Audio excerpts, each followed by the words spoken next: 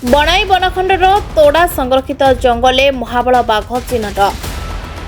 ବଣାଇ ବନଖଣ୍ଡର ବାରସୁଆଁ ରେଞ୍ଜ ଅନ୍ତର୍ଗତ ତୋଡ଼ା ସଂରକ୍ଷିତ ଜଙ୍ଗଲରେ ଗୋଟିଏ ରୟାଲ ବେଙ୍ଗଲ ଟାଇଗର ବା ମହାବଳ ବାଘ ଚିହ୍ନଟ ହୋଇଛି।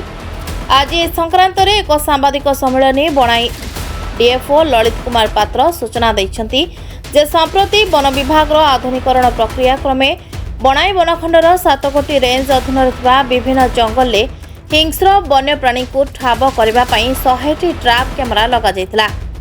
ଏହି କ୍ୟାମେରା ଗତ 2023 ମସିହା ଅପ୍ରେଲ ମାସଠାରୁ ଲଗାଯାଇଥିଲେ ହେଁ ଅଦ୍ୟାବଧି କୌଣସି ଆଖିଦୃଶିଆ ସଫଳତା ମିଳିନଥିଲା। କିନ୍ତୁ ଫେବୃଆରୀ 24 ଓ 27 ତାରିଖ ସନ୍ଧ୍ୟାରେ ତୋଡ଼ା ସଂରକ୍ଷିତ ଜଙ୍ଗଲରେ ଲଗାଯାଇଥିବା ଏଭଳି କ୍ୟାମେରାରେ ବିରଳ ମହାବଳ ବାଘର ଚିତ୍ର କଏଦ ହେବା ଫଳରେ ସାରା ଓଡ଼ିଶାରେ ଏକ ଚର୍ଚ୍ଚିତ ବିଷୟ ସାଜିଛି।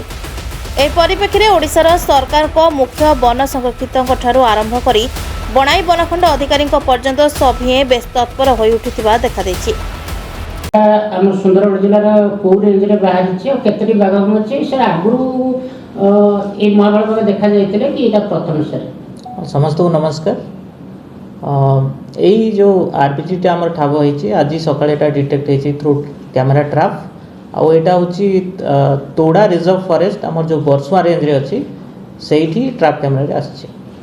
ଆଉ ଯଦି ପ୍ରିଭିୟସଲି ଦେଖିବା ଲାଷ୍ଟ 20 ଇୟର୍ସ ପାଖାପାଖି ଆମେ କିଛି ଆମ ପାଖେ ରେକର୍ଡ଼ ନଥିଲା ସେଇ ଟାଇପ୍ର କିଛି ସଲିଡ୍ ପ୍ରୁଫ୍, କିନ୍ତୁ ବର୍ତ୍ତମାନ ଏଇଟା ଟ୍ରାପ୍ କ୍ୟାମେରାରେ ଆସିଛି।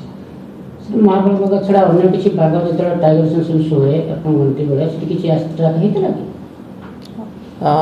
ପ୍ରିଭିୟସ୍ ଇୟର୍ରୁ ଆମେ ଲାଷ୍ଟ ଯେଉଁ ଅଛି ଅପ୍ରିଲ 2023ରୁ ଆମେ 100ଟି କ୍ୟାମେରା ଟ୍ରାପ୍ ଲଗେଇଛୁ ଥ୍ରୁ ଆଉଟ୍ ଡିଭିଜନ୍। ସେଥିରେ ଡିଫରେଣ୍ଟ ଟାଇପ୍ର କାର୍ନିଭୋର ଆସିଛନ୍ତି, ଲେପାର୍ଡ଼ ପପୁଲେସନ୍ ବି ବହୁତ ଆସିଛି। ଆଉ ଏଇଟା ଆମେ ଲାଷ୍ଟଲି ଏଇ ଆରବିଟି ମଧ୍ୟ ସାଇଟେଡ୍ ହେଲା। ବାଘର କଲର୍ଟା କେମିତି ଅଛି?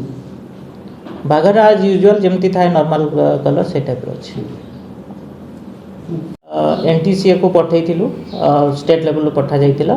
ସେଥିରେ ଏଇଟା ଜଣାପଡ଼ିଲା ଯେ ସଞ୍ଜୟ ଡୁବ୍ରି ଗୋଟେ ଟାଇଗର ରିଜର୍ଭ ଅଛି ଯେଉଁଟା ନର୍ଦର୍ନ ଏମ୍ପିରେ ଅଛି, ସେଇଠୁ ଏଇଟା ମାଇଗ୍ରେଟ୍ ହେଇକି ଆସିଛି ଏଠି। ସାର୍ ଗୋଟେ ଆସିଛି କି ଦୁଇଟା ଆସିଛି ନା ଏଇ ଗୋଟେ ଜଣାପଡ଼ିଛି? ଏଇ ଗୋଟେ ବର୍ତ୍ତମାନ ସୁଦ୍ଧା ଟ୍ରାପ୍ କ୍ୟାମେରା ଆସିଛି। ବାଘର ଏଜ୍ କେତେ ଅଛି? ଏଜ୍ଟା ଆକଳନ ବର୍ତ୍ତମାନ କରାଯାଇନି, ତା ଜେଣ୍ଡର ବି ଆକଳନ କରାଯାଇନି। ବଣାଇରୁ ହବିବ ଖାନଙ୍କ ରିପୋର୍ଟ, ସମ୍ପର୍କ ଟିଭି ଓଡ଼ିଶା।